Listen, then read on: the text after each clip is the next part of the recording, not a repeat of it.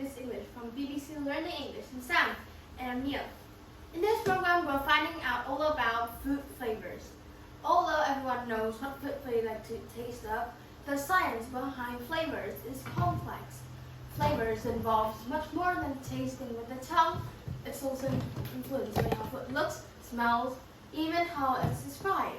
In this program, we'll be meeting the flavourists, scientists who combine different natural, artificial ingredients to create the flavors we love to taste in our food. And of course, we'll be learning some new vocabulary as well. Sounds delicious, Neil, but first I have a question for you.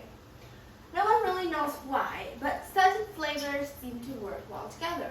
Sometimes classic combinations like lemon and lime or strawberries and cream are so popular because the chemicals overlap in special ways.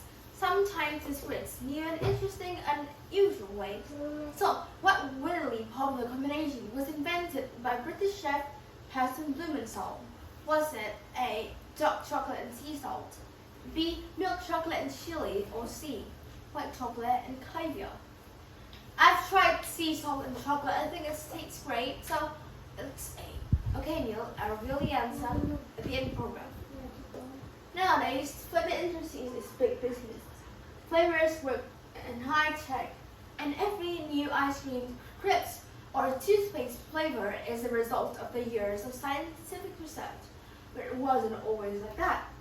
Here's food historian Dr. Notcha describing the beginnings of the flavor industry in the 19th century. Three examples: the BBC World Service program, the food change.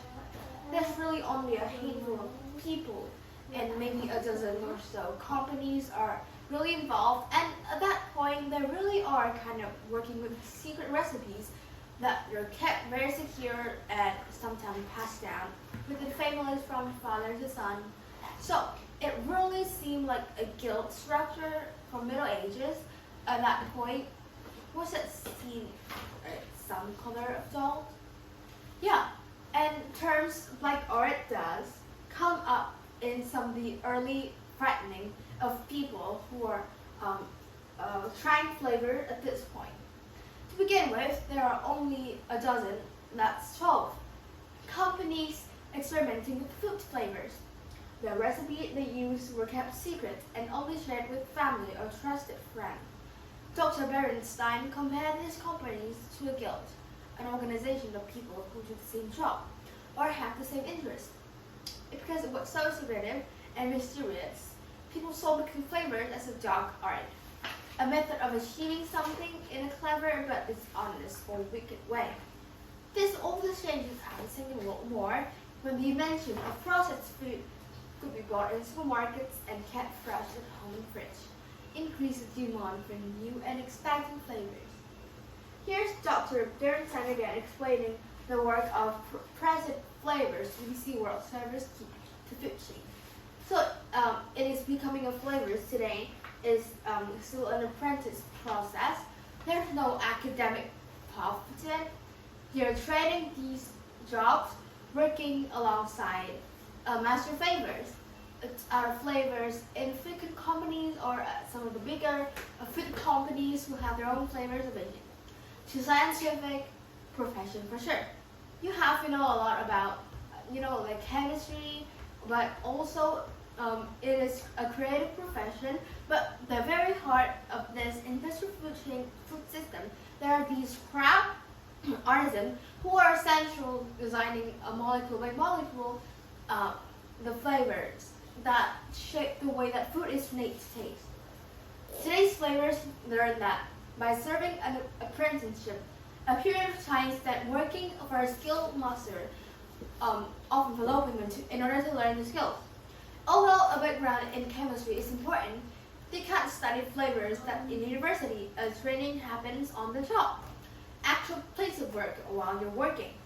Dr. Berenstein called flavors craft artisans, people doing skilled work with their hands, and she describes their creation as the marriage of science and art. Yes, I love the idea of the flavors as a magician, adding a pinch of this flavor or a drop of that oil to create the perfect magical taste. I wonder if that's what British chef Heston Blumenthal was trying to do. In my question, I asked what popular combination was invented by Chef Blumenthal, and I said it was A, chocolate and sea salt. So was I right?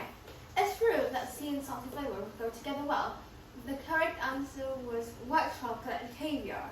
Caviar, a combination described by Swiss master flavorist Spencer Benzi, and weird but wonderful, right? Let's recap the vocabulary we've learned, starting with a dozen, which means 12.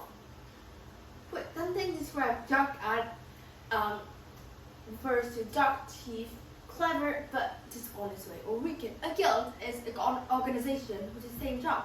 And apprenticeship is a period of time when apprenticeship spends watching and working, skill mastering in order to learn the skill. When you do something on the job, it happens in the workplace while you're working. And finally, artisan is a person doing skilled work with their hand. Once again, our 6 minutes are up. Bye for now. Bye.